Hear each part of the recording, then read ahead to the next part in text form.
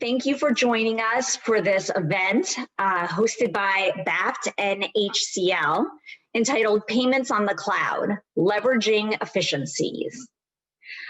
Let me first go through a few housekeeping rules before we get started with our speakers.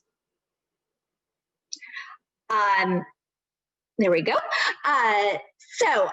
I wanted to make sure that everyone is, to let everyone know that you're muted to reduce any noises or distractions during the presentation, and that the chat function is used to communicate with our back end, the technologists that are helping us today.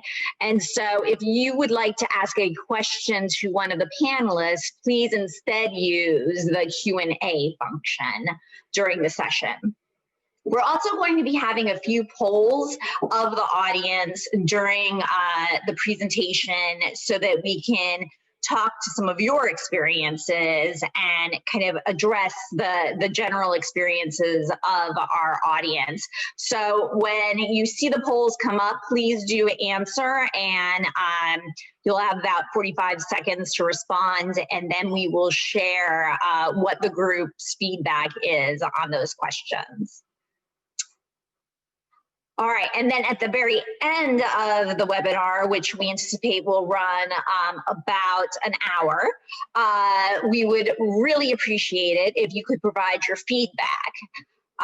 Please take a minute to answer the 6 brief survey questions, and we'll use your feedback to make our next webinar hit your needs more accurately, if that is a suggestion. We also ask about whether or not you are interested in hearing about specific topics from us. So why don't we just go ahead and get on to our panelists. We are lucky to have 3 experts with us today on leveraging cloud computing. So our first panelist is David Fisher. He's Vice President, IT Treasury and Reporting Leader at Synchrony Financial. Then we also have Scott Johnson, who's Vice President and Head of Product at Western Union Business Solutions. And finally, but not last but not least, we have Ian Phillips, who's Vice President, Business Development and Lead at Dry Ice, which is an HCL technology. All right, gentlemen, thank you so much for joining us. Why don't I give you each just a moment to also introduce yourselves and provide a little bit of background on your professional experience and what you're focused on in your current positions. Why don't we start with David and then go to Scott and Ian? Sure. Good morning, Samantha, and hello to everybody. David Fisher, the Treasury Technology Leader at Synchrony. In that role, I've been the technical owner, the architect, really program leader to build out capabilities over Synchrony's 5-year history. So after they've split out from General Electric, they become their own standalone financial institution around the payments and treasury operations. In addition to regulatory reporting, market data, securitization, and liquidity management. Prior to that, I've held similar technology roles at other financial institutions, JP Morgan, KBC, hedge fund, as well as a brief but highly entertaining stint as a derivatives trader at KB in the early 2000s. Looking forward to talking to you today. Scott, why don't you go ahead? Hi, everyone. I'm Scott Johnson. I lead the product management function for Western Union Business Solutions. Western Union Business Solutions is the business payments arm of Western Union. So we help a number of different businesses with international payments and FX risk management needs. One of those types of businesses is financial institutions, where we help a number of small and medium-sized financial institutions with their customers' international payments needs. Before that, I've been with Western Union actually for a couple of decades in a variety of operations and product roles, primarily across their payments businesses, either international payments or domestic bill pay. Great, thank you, Scott. And Ian, how about you? Hi there, everyone. Ian Phillips. I've been with HCL for the past 3 years. I came on board when HCL actually acquired my software company. I've consulted in, I think, most of the large banks across Europe and the US in a number of different roles over the past 20 years. Within HCL, I lead the business development for Dry Ice Business Analytics. Dry Ice is a dedicated software division of HCL that delivers best-in-class implementations of AI. We've built some exclusive products to support our clients, and I work very closely with the other divisions and practices, such as our cloud and payments practice, to facilitate our clients' needs. And I look really forward to discussing and sharing some thoughts with you all today. Thanks so much. All right, well, why don't we just dive into the first question that I have for all of you and set the stage for the rest of the presentation.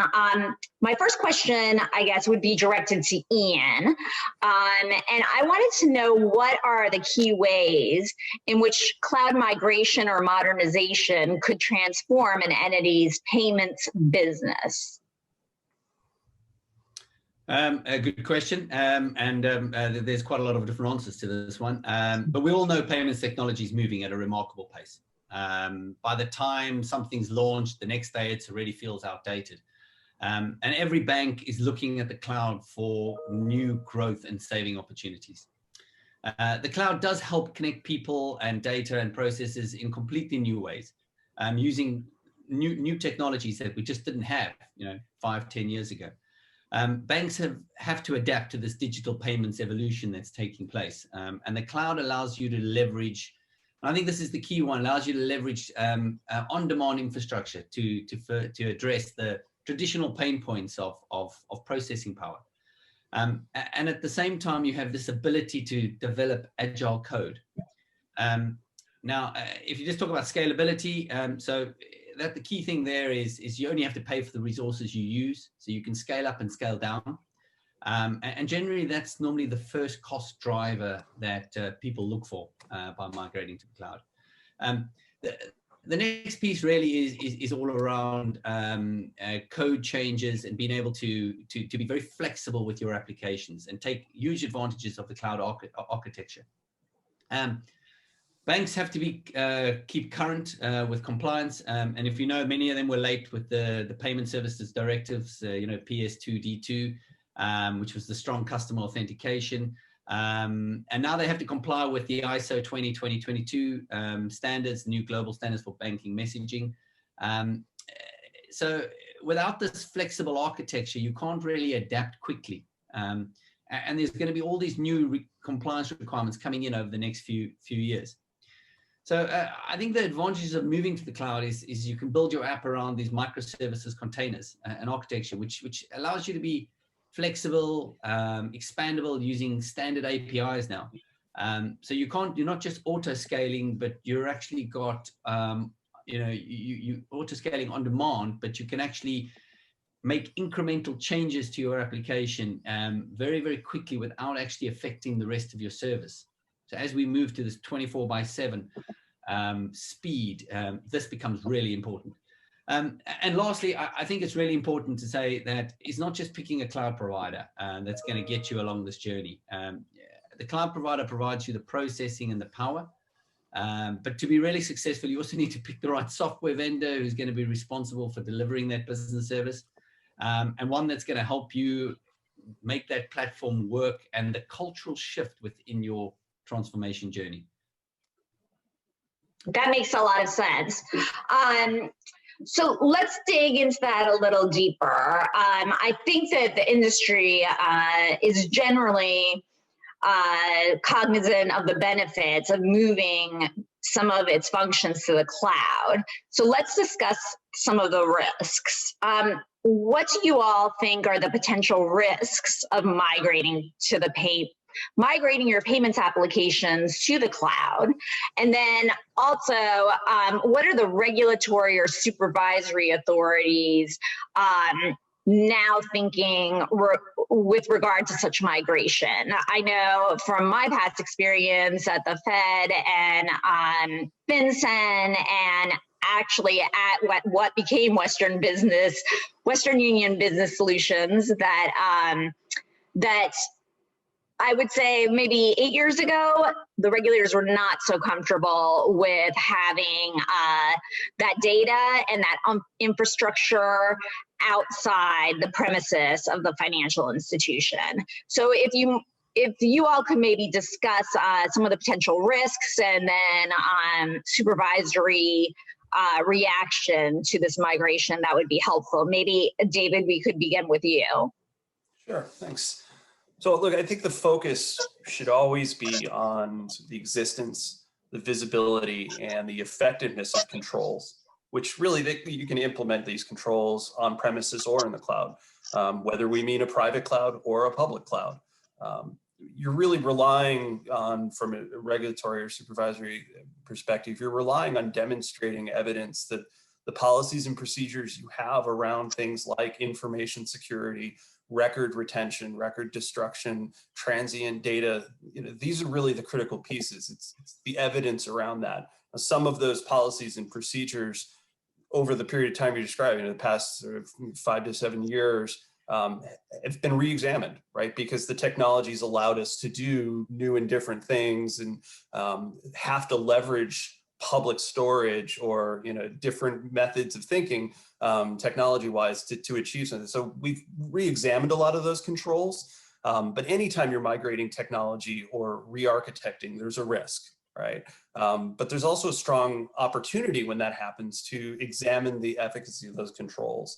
The cloud itself on its own it's just technology. It's not the controls, it's not the processes, it's the risks around security and stability have to be managed regardless. So I think really you're looking to almost over-instrument your technology components as you migrate to the cloud and take advantage of the many tools that cloud platforms offer natively for monitoring processes, where a lot of that you might have had to roll your own or aggregate different monitoring or logging processes in the past. Now we've got on the cloud sort of an overarching architecture that we can sit on to monitor our processes there. Great. What about you, Scott? Do you have a view on the risks and a regulator's perspective, perhaps, on this kind of migration? Sure. I think from a risk perspective, there's always risk when you're doing any form of migration, particularly I think for companies like banks or non-bank financial services firms who tend to have a really complex ecosystem of a lot of applications connected to each other. Of course, when you move one of those or all of them, sometimes that connectivity can break, but that's all manageable with the right testing and migration strategy and being really cautious and prudent in the way that you move to the cloud. From a regulatory perspective, and this isn't a very good answer, but I think the answer is it depends. It depends heavily on jurisdiction. As we've moved pieces of our operation to the cloud, we found that both the regulatory requirements and regulators' just general openness vary pretty significantly from country to country. So the answer will be different in the US versus Europe versus places like Japan. So that really, I think, drives companies to work with your legal team, right? Talk to your counsel, understand the guidelines, and talk to your regulator partners too, who we found at least are pretty open to trying to find solutions that ultimately protect customers and provide better solutions to customers. In some cases, I think it's important to evaluate whether you want to use a public cloud or a private cloud, and that can help to tune regulators' response to these sorts of moves, and ultimately help to protect your customers and their data. Excellent. So you make a good point. Many of BAFT's members, I would say at least half of them, are headquartered outside the United States. So these are the large global banks, really important regional banks, and other service providers. And when I was speaking before, it's really that only a few of the U.S. regulators that were kind of rethinking the wisdom of the early movers to the cloud. And it really does depend on the regulator and your relationship with the regulator, and kind of, again, to pick up on what David said, allaying their fears and showing them that you have very strong controls in place. So let's get the audience involved at this point. If we could have the very first polling question. You all have about 45 seconds to respond, and then we'll address the results. So our first question is, what is your organization's technology approach to core banking and user interfaces? So answer A is we build all of our technology in-house. B is we license all of our technology. C is we license our core banking platform and build our own front ends. And then D is we use a different combination of licensed technology and in-house builds. So go ahead and respond, and we'll react and see where we are as a group today.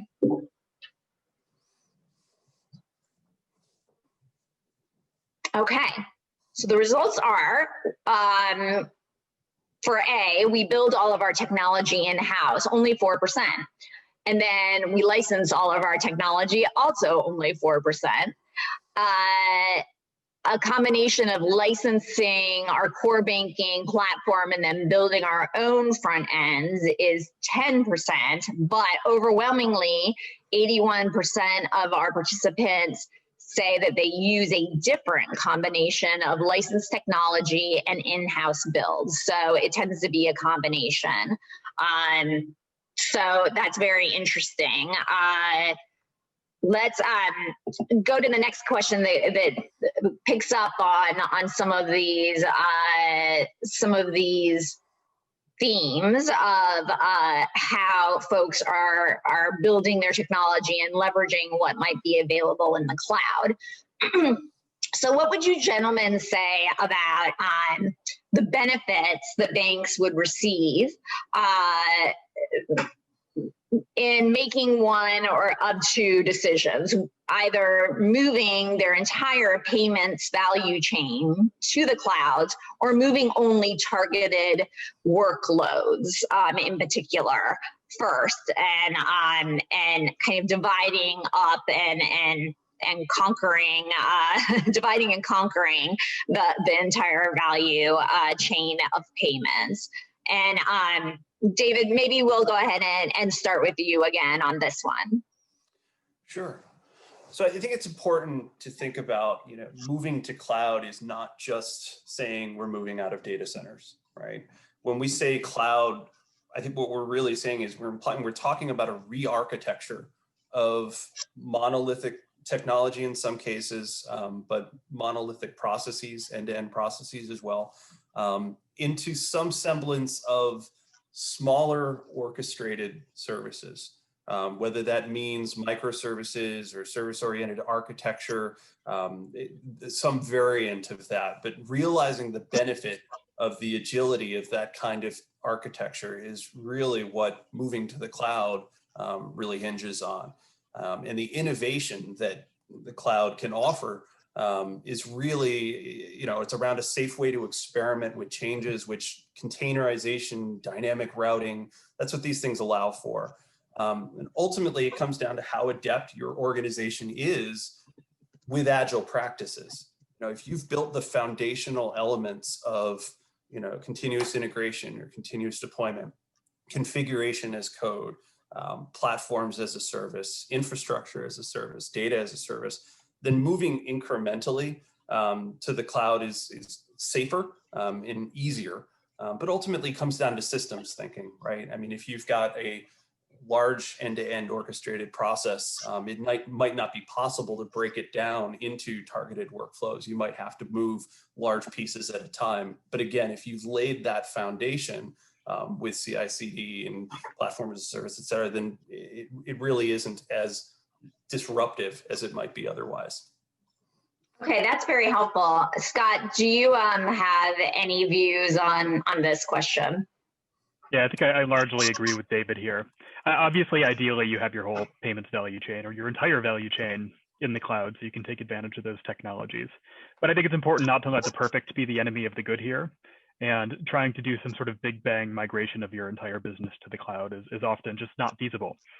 So I think it's important to have some compromise and take advantage of cloud opportunistically where you can. I think this will be particularly important for banks and companies that have a mix of newer and older applications. Maybe push the newer stuff that can be more easily cloud optimized out to the cloud quickly, while you work on the replatforming and re-architecture that David mentioned, to really take advantage of the technology capabilities in the cloud. Otherwise, it just turns into a data center migration. And I think that's a disservice to what the cloud can do for banks and for their customers. So the critical point here is really to look at cloud as an enabler for a larger replatforming or architectural transformation that lets you be more agile and respond to customer needs more quickly, and do more of a test and learn approach to product development, so that you can take advantage of these tools and iterate ideally faster than your competitors. Right. So could you tell us just a little bit more about that, Scott, in terms of, you both use some buzz items in a way, buzz terms about replatforming, re-architecture, and making sure it's not that you kind of indicating that you would not have your full benefits, you would not be able to leverage the technology fully if you just lift and shift. Could you describe that a little bit more for the audience? Because we tend to be very banker centric versus extremely technology savvy. So if you could provide us some enlightenment there, that would be helpful. Sure, maybe I'll start from a business perspective, and then David can jump in with smarter technology stuff. But when I think about this transformation to microservices is really what we're talking about. So you're taking what used to be one big monolithic application, monolithic just meaning you have a lot of capabilities that are all part of one large application, and you break it down into a series of small applications. It allows you to have simpler code bases for each application, so it's easier for your engineers to modify and enhance those applications.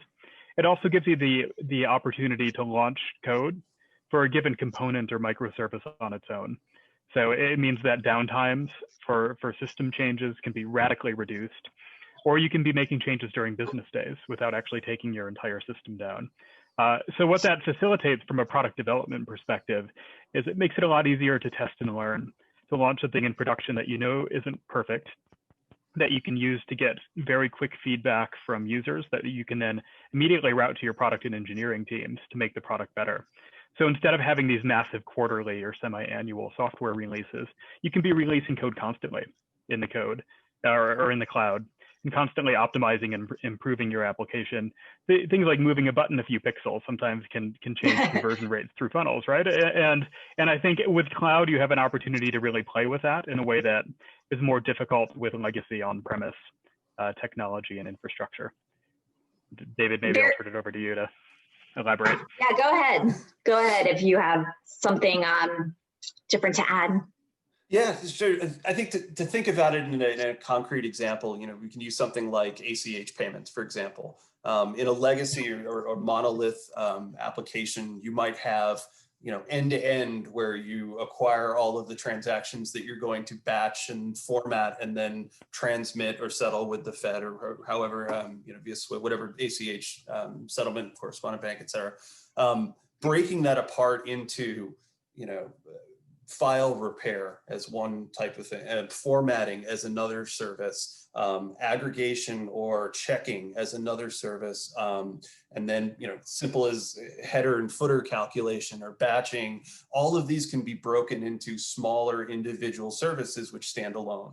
And when we're talking about continuous integration or continuous deployment, what we're saying is, imagine that there is a horizontal, I'm going vertical, but horizontal stack instances of those individual services that you can size depending on the load that your system is experiencing. So for example, if you're doing all of your ACH processing and the majority of it the evening, you can horizontally scale and size up 20 different instances, 100 different instances of each one of those to meet that load, and then scale it down after that load has passed by. It also means that you can do version deployments, put in different instances right alongside the existing ones, and just change the routing on how it's going through those services to achieve. You can do it with experimentation, version upgrades, but it also allows you to roll back. If something doesn't go correctly, you've still got the existing instances sitting in their containers, and you just route back through and process again as if nothing came. So it's that kind of flexibility. We didn't have this to design with 20 years ago. And, you know, monolith is not a dirty word. It was the right word. It was the only word to apply to how to do some of these things, given the technology options that we had. This containers popping up and being able to expand and auto scale, if we'd had that 20 years ago, we would have done it. But this is really an advent of the cloud that's allowing us to think differently and architect differently, and ultimately safer, and protecting our processes and be able to recover and be more resilient as financial institutions for our customers. That's great. I can definitely see where that would come in handy, especially with payments that you just mentioned. Why don't we ask our audience about their experiences? We do have a question that is right along these lines.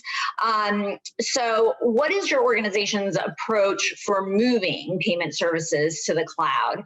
Are you rehosting, which is the lift and shift of applications from the stack, in the stack from an on-premise location and into the cloud? That's answer A. Are you replatforming, which is making a few further adjustments to optimize use for the cloud? Or C, refactoring, which is also sometimes referred to as re-architecting, which is building payments services from scratch. Or D, a hybrid approach that incorporates elements of all of the three previous answers. Or have you not started yet and you're still in the planning stage? Let's see what folks have to say, and this will be very informative to continuing on with our conversation.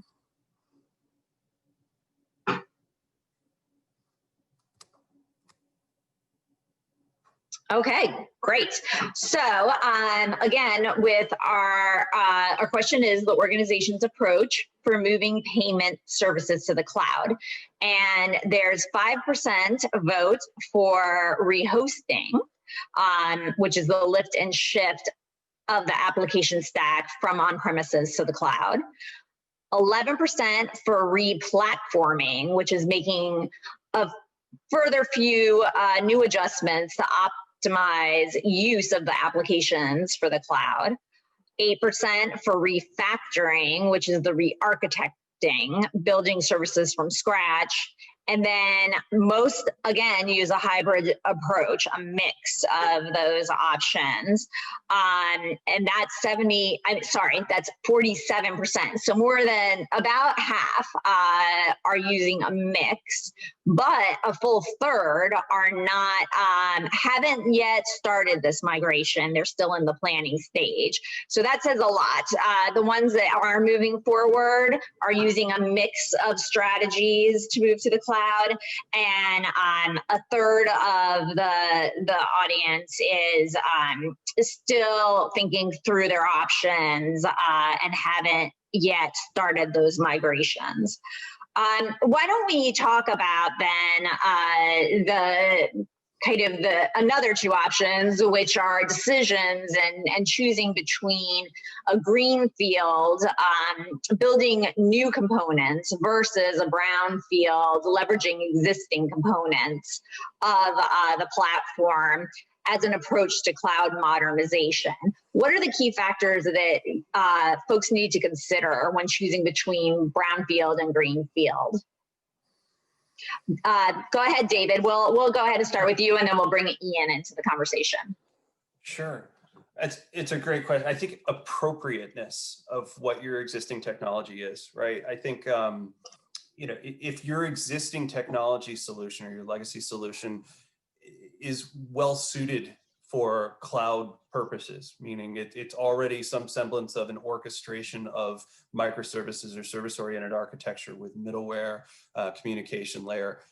If it's well suited, the brownfield approach, if you will, makes a lot more sense, right? Because you're not re-architecting everything from scratch. And the answers from the poll just now really reflect that takes a giant leap, if you will.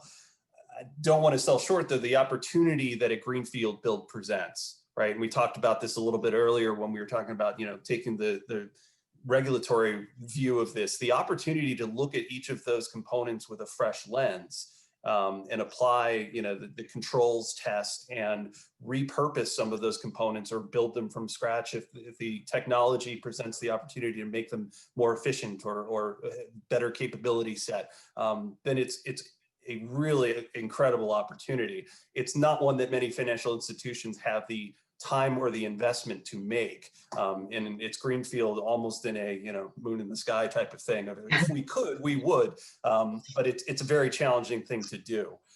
So what you'll tend to see is just what our poll reflected, which is that it's going to be a healthy mix where you take advantage of moving legacy applications, or sunsetting legacy applications in favor of more agile technology choices that are better suited to the cloud. But where you have things that can lift and shift and make sense in a cloud, you certainly want to take advantage of those from a risk perspective. Excellent. Ian, what about you? What do you think that some of the key considerations are in this decision making between brownfield, greenfield? Well, if I had to ask a CEO what they would prefer, I think every one of them would say, well, can we just do one big bang and just move everything into a greenfield site, and forget all the technical debt that we've built up over years, and these monolithic systems, as David was implying there. But look, I think most banks have got a cloud-first mentality now, where they are looking to build where they can new into the cloud. But in reality, look, the brownfield strategy is the option they're all taking. This is retaining part of their applications, and then they can move as the cost and the benefits are weighed up. I think a big part of that journey, you really need to you need to constantly be asking yourself is do I do nothing and just leave everything as it is, or do I retire and replace with some of the off-the-shelf what they call SaaS offerings, or do I lift and shift as it is at the moment into the cloud, or do I modernize my code, what we call cloud native, so I actually build it into the cloud for the cloud. What we are seeing within HCL is adoption between a mix between the green and the brownfield, but with hybrid cloud.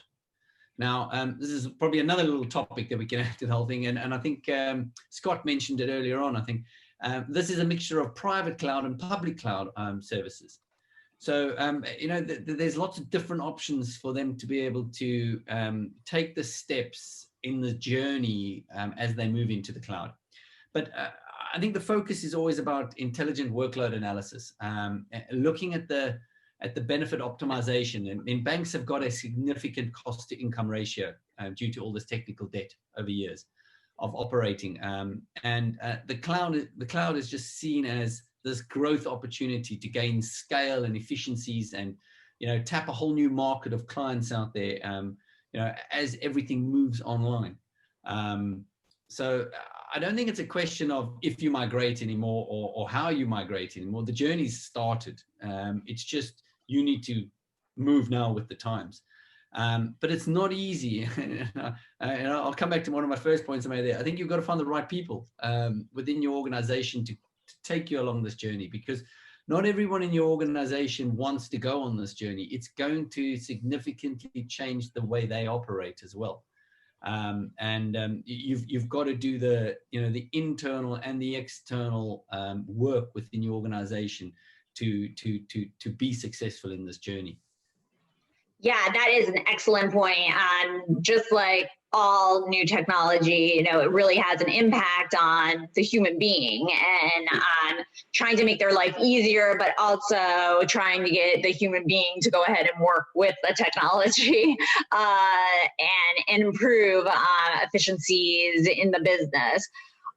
Could you tell us a little bit more about, Ian, about what is a public cloud versus a private cloud, and then what is this hybrid approach, and what is typically thought of as the benefits of a public cloud versus a private cloud? Yeah, I'll touch on it a bit, and I'm pretty sure Scott can elaborate on it a lot more. Think of a private cloud as your own area in the cloud. You own it. from start to finish. There's nobody else. There's no workload shared between you or anybody else, and it's a way for you to look at really securing your area of to the world. So you paying for a dedicated area in the cloud that is yours. Where the public cloud services, and they're becoming much more popular now, because security concerns are starting to be not as high anymore in the public cloud services, and the providers such as Amazon and Microsoft and some of the big players out there are really doing a great job in public cloud offerings now. But public cloud services, you do have other people in there as well, so you've got to pick your area as well, and you've just got to navigate that, the services that are being offered, and make sure that when you need the workload, you're getting the workload. But obviously there's significant savings now between a public and a private cloud as well. So again, that balance has to always come up. Excellent. Okay, thanks. Scott, did you have something to add on the differences and when to best leverage one over the other, public or private? I think Ian nailed it. And I think unless there's a really strong regulatory need or policy need to use private cloud, public cloud will be cheaper. Public cloud will give you better capability over time than private cloud will. Understood. Okay, excellent. Why don't we talk about how going to the cloud might assist a financial institution in bringing innovation into the payments value chain, how it helps with innovation. Scott, why don't you go ahead and take that one first? Sure. So if you think about building an innovative product using agile methods, you come up with a hypothesis, you test it with a minimum viable product, and then you iterate toward, say, a minimum lovable product, to use a buzzword. Really what you're talking about is progressively failing less over time until you get to a really great solution.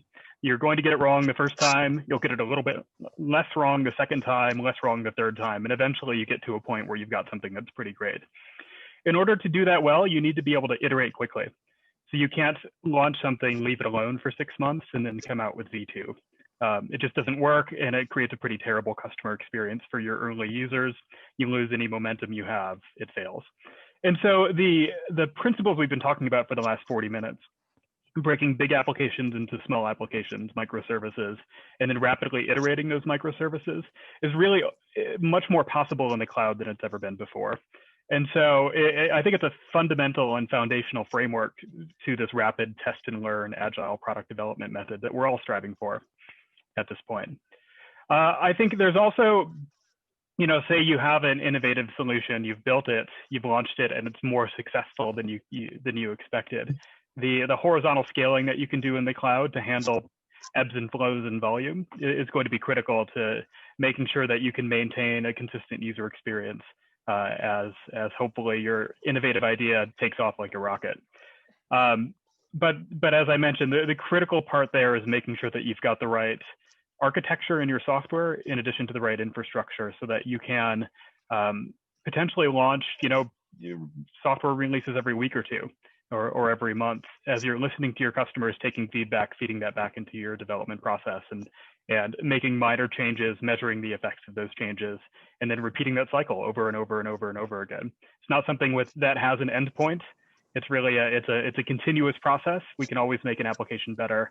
And really that's what innovation is taking a customer problem and coming up with a solution that you constantly optimize and constantly try to stay a step ahead of the bank down the road. Yeah, that's excellent. I mean, that's what agile is. The whole programming approach is supposed to be, right? It's very iterative and it builds on successes and it clears out the failures. If something doesn't work, you don't do it again. You build on the successes. So that's excellent. David, did you have anything to add to that? Scott made excellent points, around being able to fail safely. I think empirically we know innovations rarely happen at high levels. They happen more often in not obvious areas where there's a relentless pursuit of improvement or even high degrees of dissatisfaction. And spotting those areas is a lot easier when you've broken apart your processes into those smaller individual components with their own unique monitoring.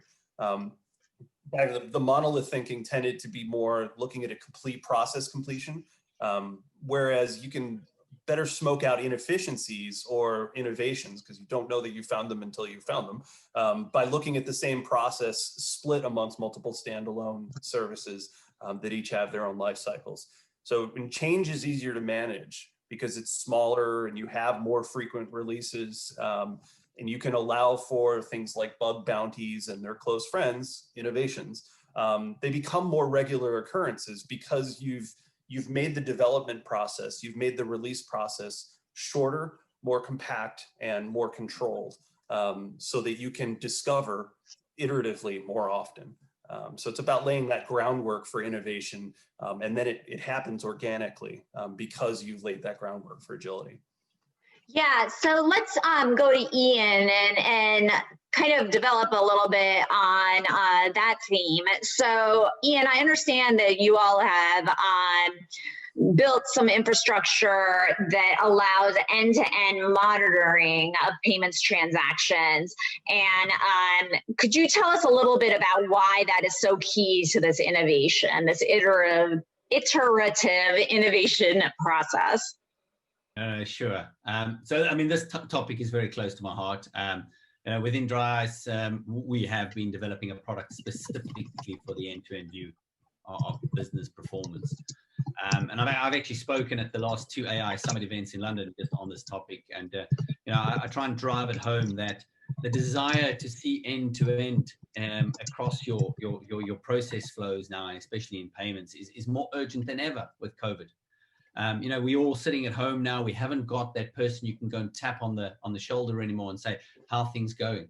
It doesn't exist anymore. And you can't be in Teams meetings and, and have the same sort of conversations anymore when you're in an operations room.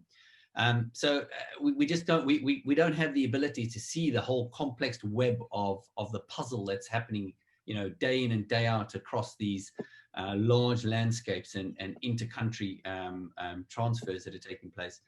So, and I believe that the key to the whole thing is having a set of controls that we can ensure that we're delivering our service to the end-to-end client. And you need to be able to prove to the regulator that you're in control of the process all the way along. But now, as we move to the cloud, we're expecting the new levels of speed and processing.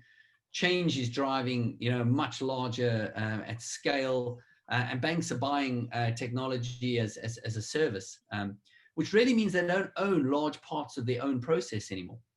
But they're still responsible for that end client outcome that has to happen.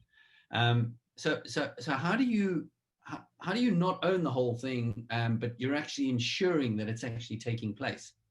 So, your payments operators are the heart of your payments operation, and they have to understand context quickly. They need to be able to make the right decision and take the right action when something's going on. And it's getting harder for that human operator. As we automate more and more, and that decision then ends up at one of your operators, and they need to make a decision.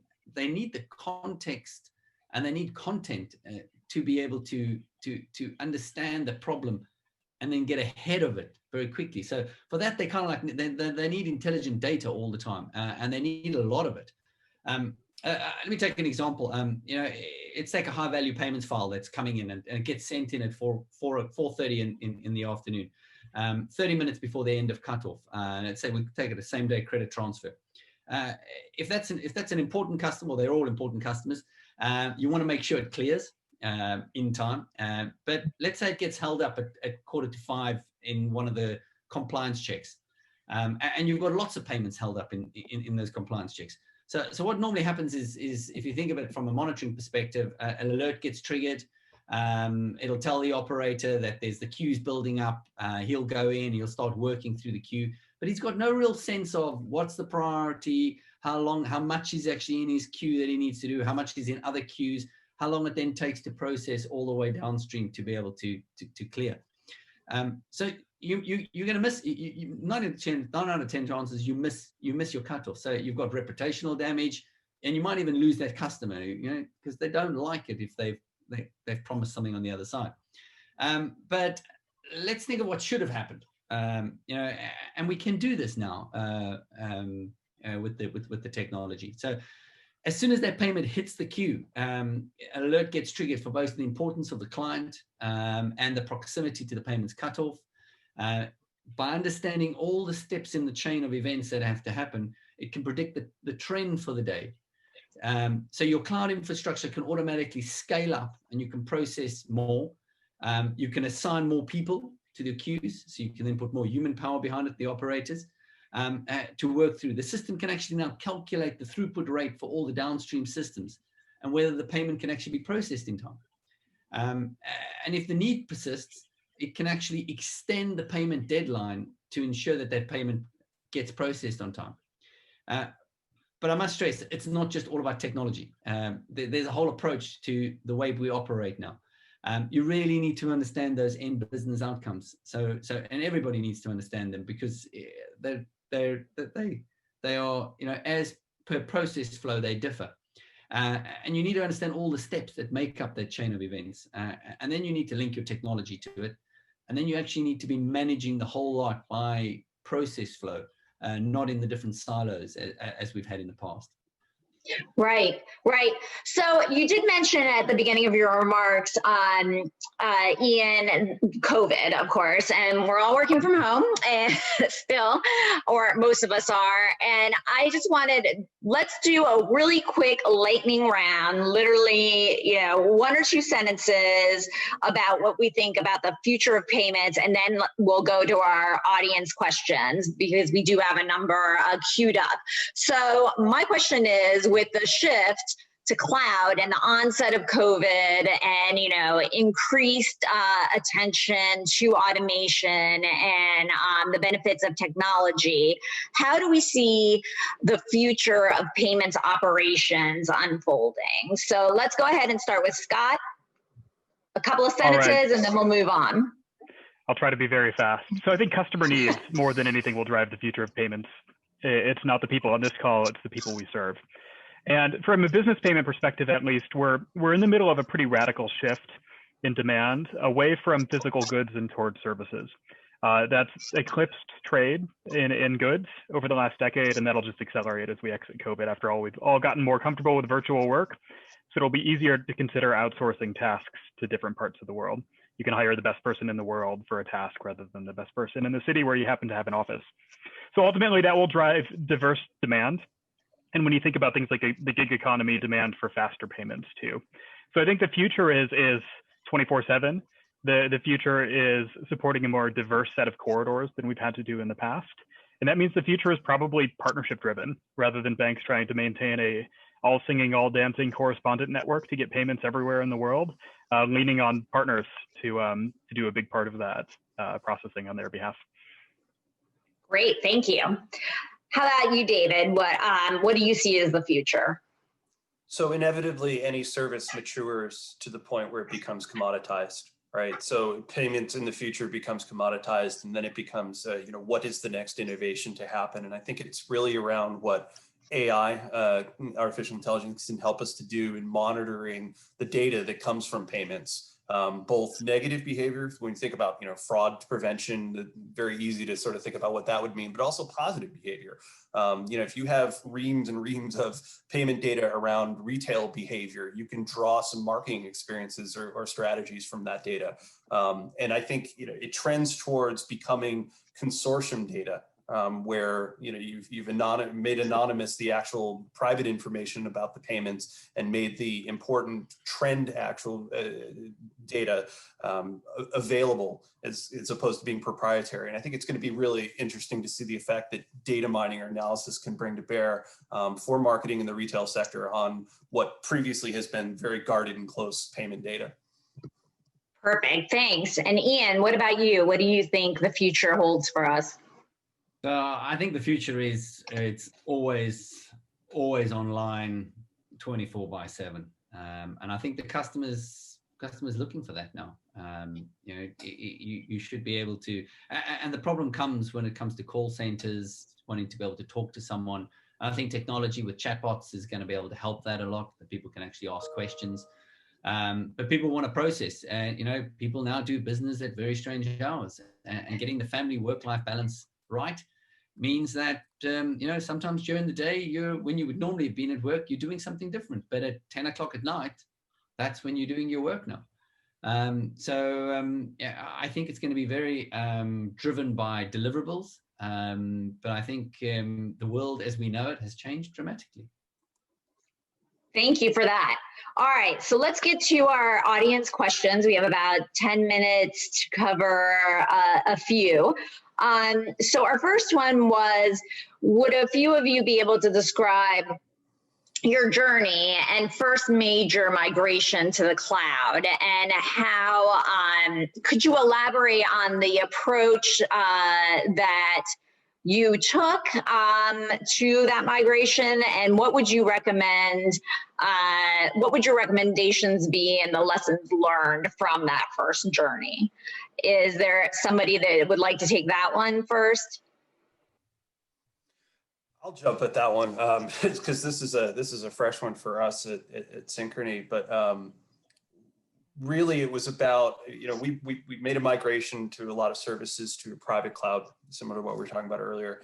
And I think the largest learning was really around managing a private cloud, right? We think sort of naturally that it, because it's more flexible and because it's been instrumented in such a way that it's easier to work with, you're not building servers anymore, you're not plugging in memory chips anymore, it's all very virtual, that it ought to be easier to manage. And it's not. It's just as difficult to manage a cloud as it is a data center. It requires a different skill, and it requires a lot of reskilling your workforce and thinking about your investments differently. And I think that it's natural to look back and say, aha, of course. But at the time, I think it's an assumption that I think is very easy to make, that managing a cloud is somehow something that we're all very good at, and we're not.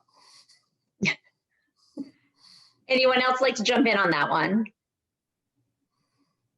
Yeah, so I'll jump in quickly. We actually started our cloud journey by building some cloud native components. So we were in the midst of modernizing parts of our application. We built those modern components for the cloud, launched in the cloud. We're running just small pieces of our infrastructure in the cloud to start to build the skills and expertise that David mentioned. And then over time, we did a combination of doing a lift and shift of more modern components and rebuilding other components so that we could take advantage of the cloud capability.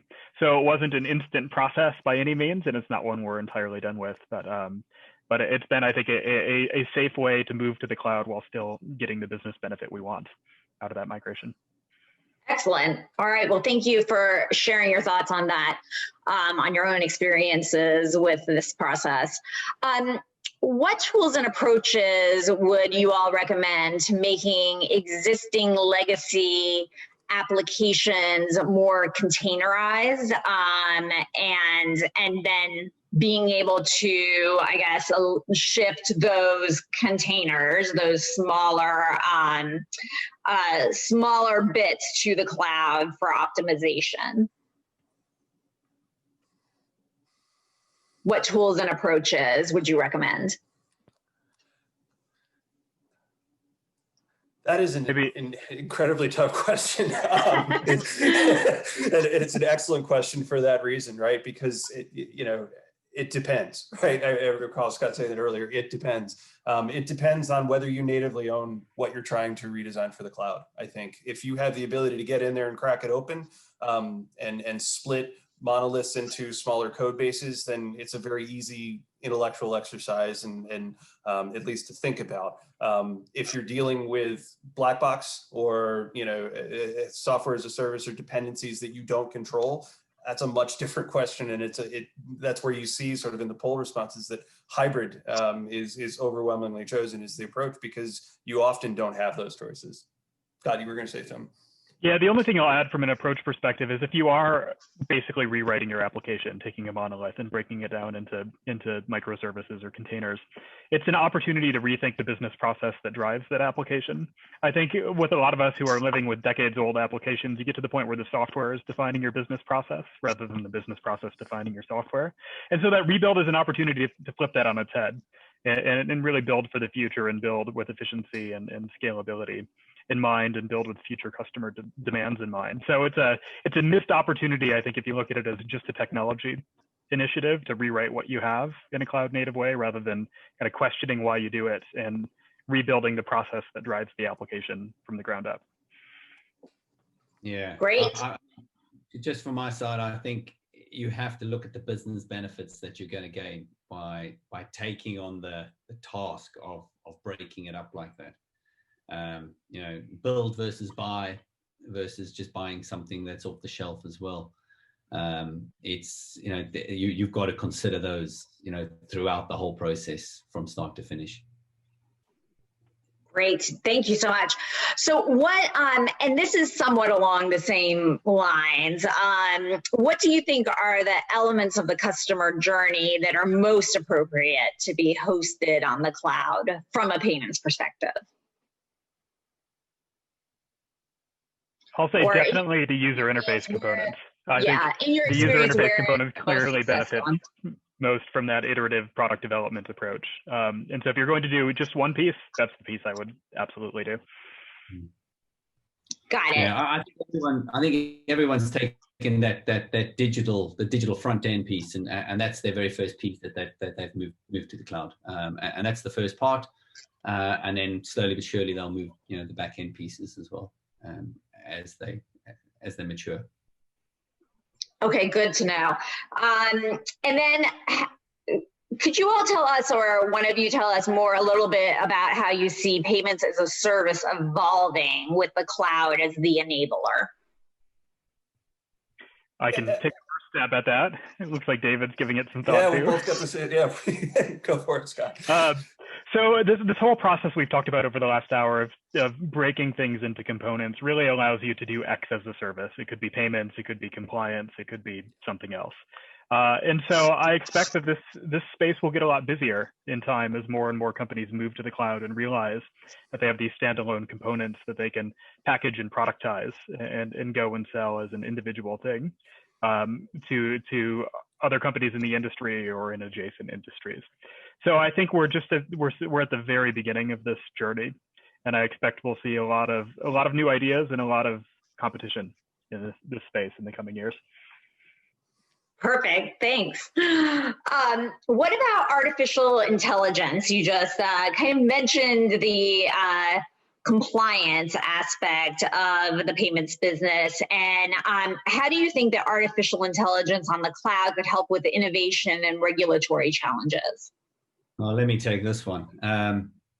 So, you know, artificial intelligence is, everyone's looking at a bit of a journey of artificial intelligence, but, you know, let's just break it down into where you need it and how it's going to help, and the differences between what we talk about true artificial intelligence and then just rule-driven engines that are out there at the moment. So let's take something like a function like anti-money laundering. You know, that's one of the biggest compliance areas within the banks. They get an excessive amounts of volumes of false positive alerts created by all the transaction monitoring and technologies out there. The regulator requires you to be able to screen every one of those by a qualified analyst for the true matches, and then report and investigate those. So that's a monolithic job. I mean, people have tried throwing large teams at this. They then moved to technology by creating rule engines in that. But even the rule engine, there's still thousands and thousands of alerts that have to then go through, and you need these level 1 analysts all the way up to level 3 analysts. This is where AI is now starting to really shape in. Within Dryas, we've been working with a partner that's been developing some technology to be able to replicate a human decision. And this is when it starts to get really interesting, because you can now scale the human capacity up endlessly by replicating that decision that they're making. So you can actually take 2 or 3 of your best analysts out there and create a panel of experts out of them, and then move that panel of experts into the L1 phase, and then drive the alerts after all of those rules have already gone through them. Drive that through there, so that actually when it gets to the L3 person, the actual human, it's a much smaller set that they can actually deal with. So that's where AI is really taking it. I mean, we've seen accuracy up to 99% of the human decision making there. We're seeing speeds of 2,000 records a second. So this is taking someone from what you would have taken 30 minutes to do a decision down to 3 seconds. But I think the key part here as well is, and this is what I always caution people on it, is allowing the machine to make the decision without any human oversight opens up a whole social dynamic debate, which is probably a whole new webinar we need to actually have. You're right. It is a whole new webinar we need to have. It's one that I've been thinking about for a while, being a former regulator. Anyone else want to chime in on artificial intelligence? We'll take one more question from the audience and then we'll wrap up after artificial intelligence is over. Anyone else wanted to chime in on that one? Yeah, I spoke a bit about it earlier. I think, AI, we tend to think about, how can we improve our existing processes? I think it's also allowing it to turn it on its head, like I was talking about before, and look for trends in our data, and really take advantage of, not just AI, but it's sort of partner machine learning, to be able to trend out and learn from a data set that we've never really leveraged before. And I mean that as an industry.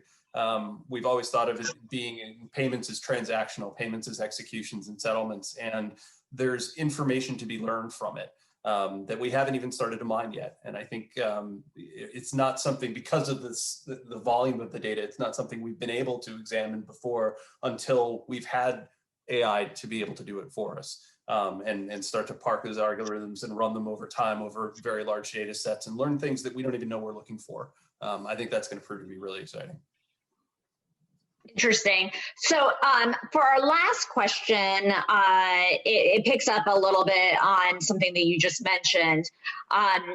What do you all see as, what's your view on the next generation clearing and settlement systems? Will there be a value if banks and clearing systems coexist in the cloud together?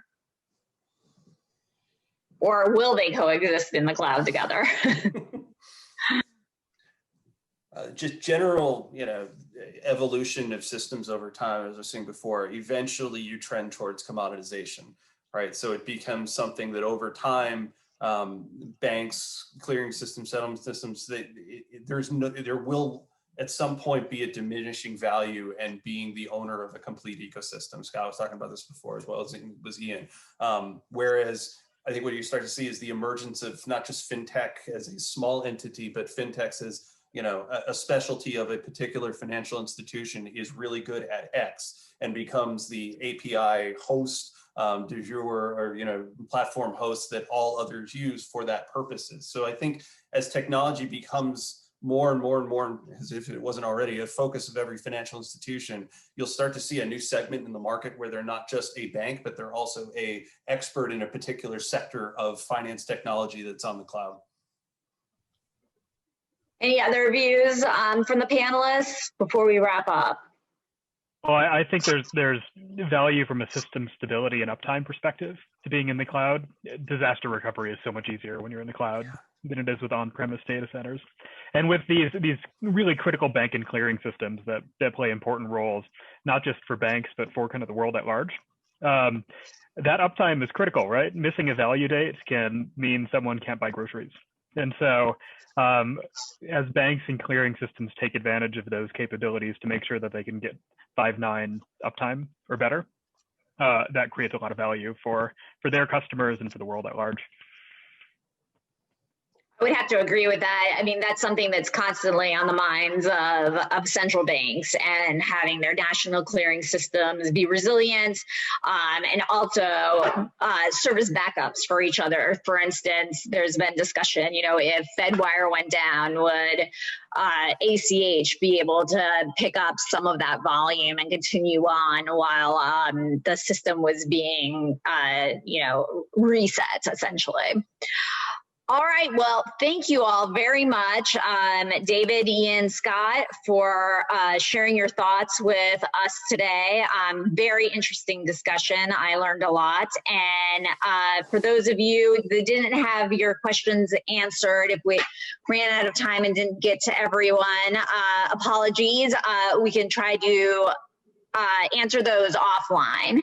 And again, when we close out, please do provide some feedback through our survey system, and we will see you next time. Thanks again. Bye-bye. Thank you. Thanks a lot.